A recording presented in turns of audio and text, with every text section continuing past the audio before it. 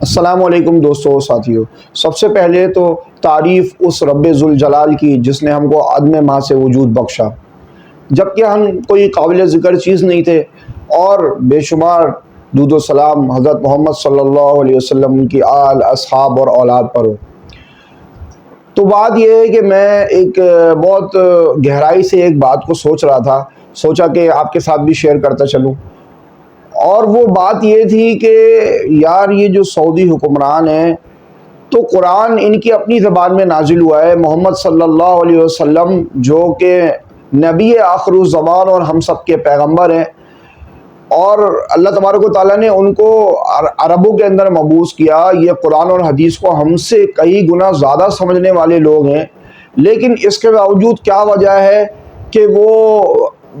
دین بیزاری میں اس حد تک آگے بڑھ گئے ہیں کہ ان کو نہ اپنے اس مقدس سرزمین کا خیال ہے۔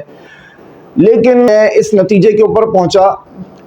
اور وہ نتیجہ یہ تھا کہ میرے منہ سے نکلا صدق رسول اللہ صلی اللہ علیہ وسلم، کہ نبی صلی اللہ علیہ وسلم نے سچ فرمایا، اور یہ ہمارے نبی کے نبی ہونے کی دلیل ہے کہ 1400 سال پہلے ایسی پیشن گوئیاں فرما دی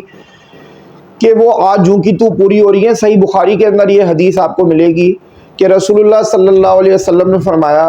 کہ تم ضرور بالضرور اگلی قوموں کا، یعنی ہم سے اپنے سے پچھلی قوموں کا اتباع کرو گے، قدم بر قدم، بالش بر بالش۔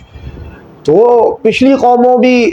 قومیں بھی سب کچھ جانتے بوجھتے، اور بنی اسرائیل کی خاص طور سے آپ کو پتہ ہے نا بنی اسرائیل کے علماء کے بارے میں،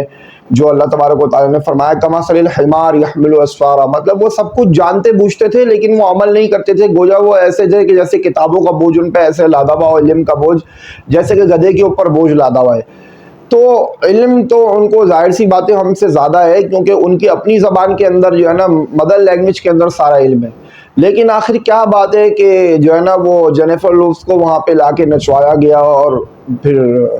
عجیب تماشا دنیا نے دیکھا اور مستقل دیکھ رہی ہے۔ تو برا ماننے والی بات اس کے اندر نہیں ہے، اور وہ بات اس لیے نہیں ہے کہ چونکہ بھائی ہم چھوٹے لوگ ہیں، ہم غریب لوگ ہیں، ہم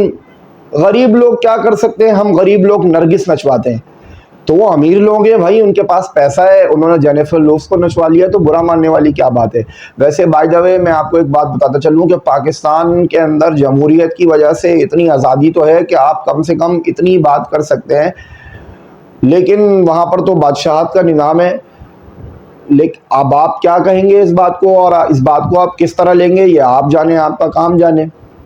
لیکن آخر میں مورل آف دا اسٹوری یہی ہے کہ بھائی بڑے فتنوں کا دور ہے، تو جمعے کے دن جو سورہ کہف پڑھے گا انشاءاللہ اللہ تبارک و تعالیٰ اس کو فتنوں سے بھی بچائے گا، اور قیامت کے دن اس کے لیے ایک بہت بڑے نور کی بشارت ہے۔ تو جمعے کے دن سورہ کہف نہ پڑھنا بھولیں تاکہ ان فتنوں کا ہم شکار نہ ہو۔ وآخر دعوانا الحمدللہ رب العالمین۔